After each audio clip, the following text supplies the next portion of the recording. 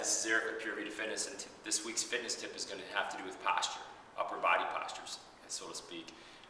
One of the things we see is what we call in the field upper cross syndrome. It's where people that sit at a desk or drive a lot during the day get the rounded shoulders, kind of the hunchback, get really tight in the front and really weak in their upper back, and that tends to lead to things like neck problems, those big knots that you just hate in the upper back.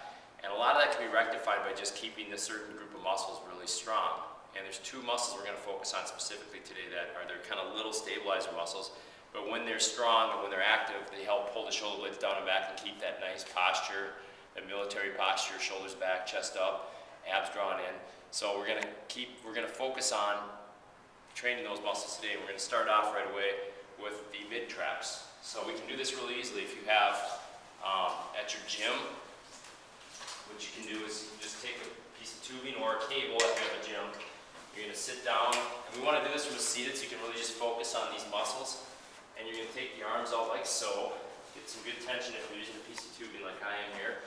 Sit up straight, and then what you want to do is you want to keep your elbows straight. You want to just slide your shoulder blades back, squeeze them, and come forward. Slide them back, squeeze them, come forward. This is called retraction. Now, one of the most common mistakes is to shrug up and then round back. You want to come straight back, and you want to have no bend in the arms or the elbows.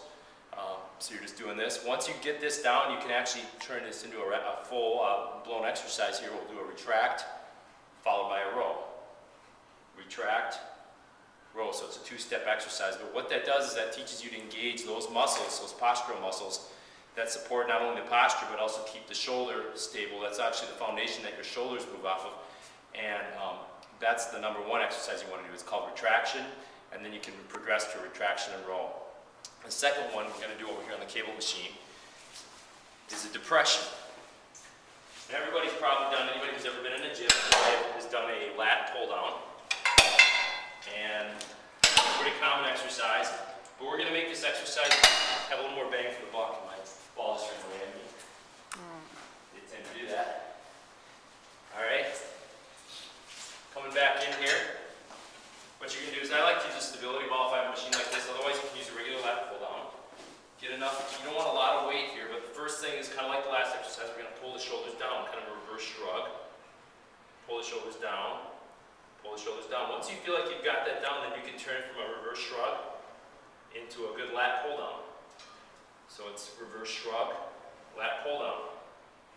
And that's training the lower traps, which also help support the posture, stabilize the shoulder, and keep things in line when it comes to your body. So those two muscles, the mid, the lower traps, and then you integrate them in with our old